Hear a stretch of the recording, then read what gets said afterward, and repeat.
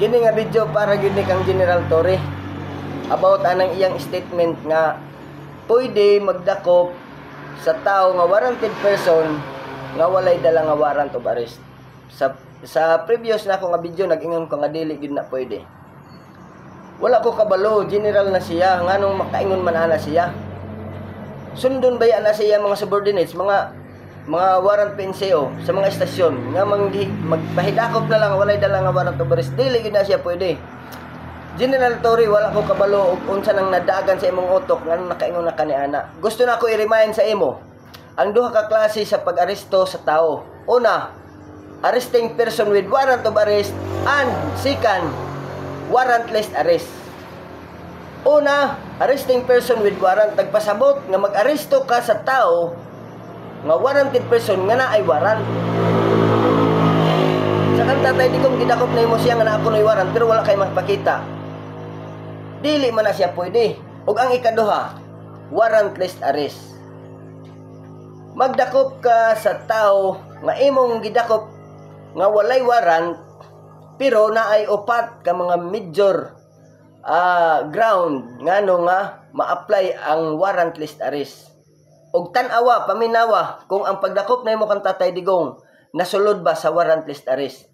Og kini ang upat mao ni siya. Una, in flagrante delicto or caught on the act. So nagpasabot mga General Torre nga ang pinakauna nga ground nganong mudakop ta, nganong i-apply nato ang warrantless arrest, magdakop kita og usa ka tawo nga walay warrant tungod sa in flagrante delicto, caught on the act. Example, samtang ikaw pulis, nagduty ka, nagrobing-robing ka, aktuwal nimo nakita ang isa ka tawo nga nagsuyop og syabo, aktuwal nimo nakita ang tawo nga nagpatay pinaagi sa mahait nga hinagiban or sa pagpusil. Sa imong mga mata, diha-diha nakita nimo nga ang isa ka tawo nagbuhat og krimen, that is caught on the act or in flagrante delicto, og mao ka na ang isa ka ground ngano nga ma-apply ang warrantless arrest. Madakop nimo na siya nga bisan og walay warrant. Ikaduha, hot pursuit operation. Ang hot pursuit operation nagpasabot nga naay krimen na hitabo. Example, shooting incident. Shooting incident, gipusil sa suspect ang biktima, pak, patay. Responde ang pulis, pak. Ang mga first responder nga pulis, mangutana na siya, kinsa nakakita? O, ang nakakita mo dool, sir, ang nagpusil ani nakasakay sa XRM nga color pula. Duha ka buok sakay, nagjakit og itom, nagkalo og pula. Dinhi niagi, ang buhaton ana sa mga first responder nga pulis, sundo nila. Example, sa unahan, madakpan nila base sa identification nga gihatag sa witness. Nadakop nila sa unahan. Mauna siya ang hot pursuit operation. Gikan sa krimen, gisundan nila ang kriminal.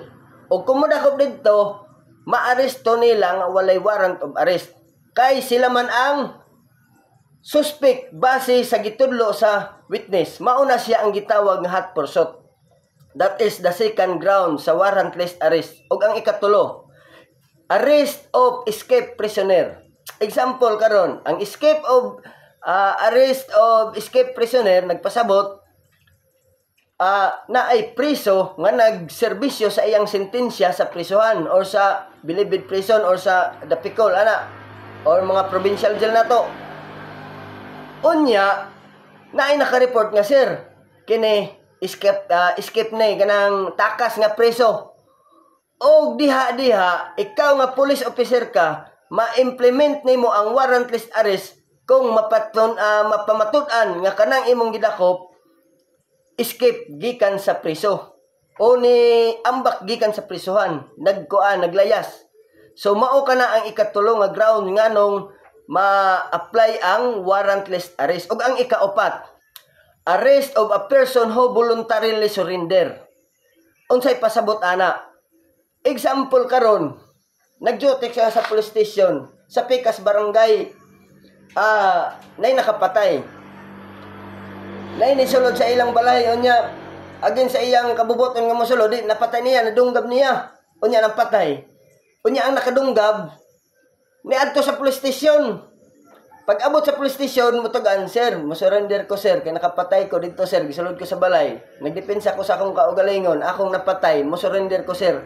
Og mauna ang ikaupat nga rason ngano nga ma-apply nato ang warrantless arrest.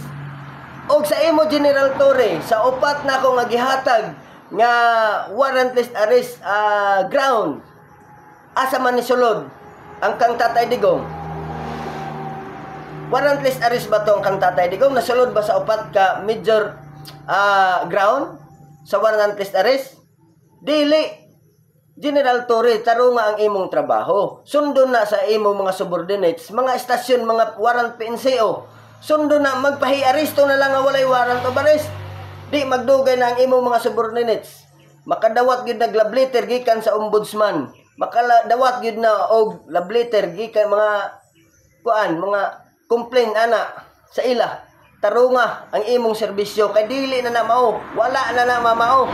Unta General Torre, makaabot ni sa imo ang akong video og kanang upat ka grounds sa warrantless arrest, ibutang na sa imong utok kay kanang imong statement nga pwede magdakop og tao nga warranted person nga wala kay dala nga warrant of arrest.